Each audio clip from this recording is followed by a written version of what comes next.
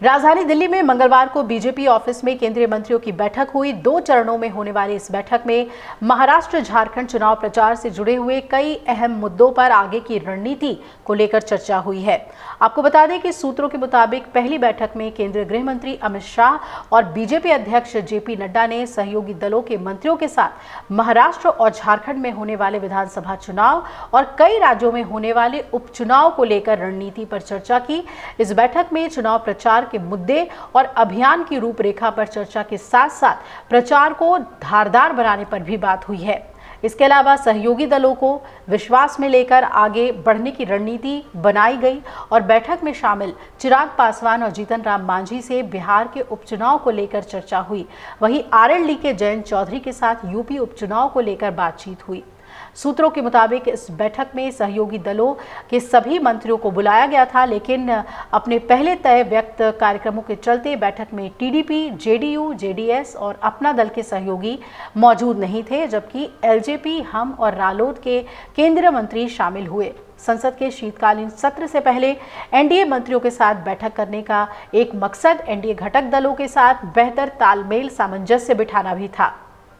इससे पहले एनडीए मंत्रियों की बैठक बीजेपी अध्यक्ष जेपी नड्डा के घर पर हुई थी और दूसरी बैठक सिर्फ बीजेपी के केंद्रीय मंत्रियों के साथ हुई, जिसमें संगठन चुनाव को लेकर विस्तृत चर्चा की गई है। इस बैठक में बीजेपी के राष्ट्रीय अध्यक्ष के चुनाव प्रक्रिया की गति को तेज करने के तहत राज्यों के संगठन चुनाव को गति देने पर भी बात हुई है। आपको बता दें कि बीजेपी के केंद्रीय मंत्रियों के साथ बैठक में सभी राज्यों में मंडल और जिला स्तर के अध्यक्षों का चुनाव पर राज्यवार विस्तार से बातचीत हुई और अपडेट भी लिया गया। वहीं बीजेपी अध्यक्ष जेपी नड्डा और गृह मंत्री के नेतृत्व में एनडीए के केंद्रीय मंत्रियों की बैठक 1.5 घंटे से भी ज्यादा समय तक चली। दूसरी तरफ महाराष्ट्र की बात करें तो महाराष्ट्र को लेकर भी बीजेपी ने बड़ा फैसला लिया और बड़ी कार्रवाई सामने आई है। बीजेपी ने 37 सीटों पर बगावत करने वाले 40 बागियों पर कार्रवाई की है। बीजेपी ने इन बागियों को पार्टी से निष्कासित कर दिया है और इससे पहले उद्धव ठाकरे ने भी शिवसेना यूबीटी के बागियों पर कार्रवाई की थी। उद्धव ठाकरे ने पार्टी विरोधी गतिविधियों के कारण 5 नेताओं को पार्टी से निष्कासित किया, जिसमें भिवंडी के पूर्व विधायक रुपेश महात्रे, विश्वास नांदेकर, चंद्रकांत घुगुल, संजय अवारी और प्रसाद ठाकरे शामिल हैं। आपको बता दें कि बागियों को लेकर सभी पार्टियां सख्त रवैया अपना रही हैं। जैसे जैसे महाराष्ट्र विधानसभा चुनाव के दिन नजदीक आ रहे हैं, वैसे वैसे नेताओं के बगावती सुर भी मुखर होने लगे हैं। हाल ही में केंद्रीय गृह मंत्री अमित शाह ने महायुति के नेताओं को हिदायत दी थी कि चुनाव में कोई बागी खड़ा ना हो, तो वहीं अब महाविकास अघाड़ी के सहयोगी शरद पवार और उद्धव ठाकरे ने भी बागियों को चेतावनी दे दी है।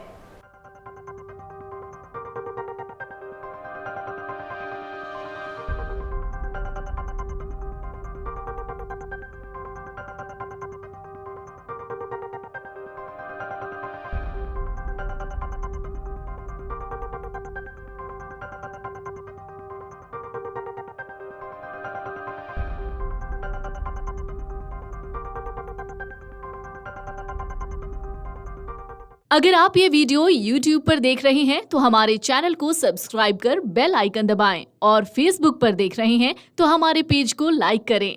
8 मिलियन प्लस सब्सक्राइबर, आपके इस भरोसे के लिए बहुत धन्यवाद। अगर आप ये वीडियो YouTube पर देख रहे हैं तो हमारे चैनल को सब्सक्राइब कर बेल आइकन दबाएं और Facebook पर देख रहे हैं तो हमारे पेज को लाइक करें। 8 मिलियन प्लस सब्सक्राइबर, आपके इस भरोसे के लिए बहुत धन्यवाद।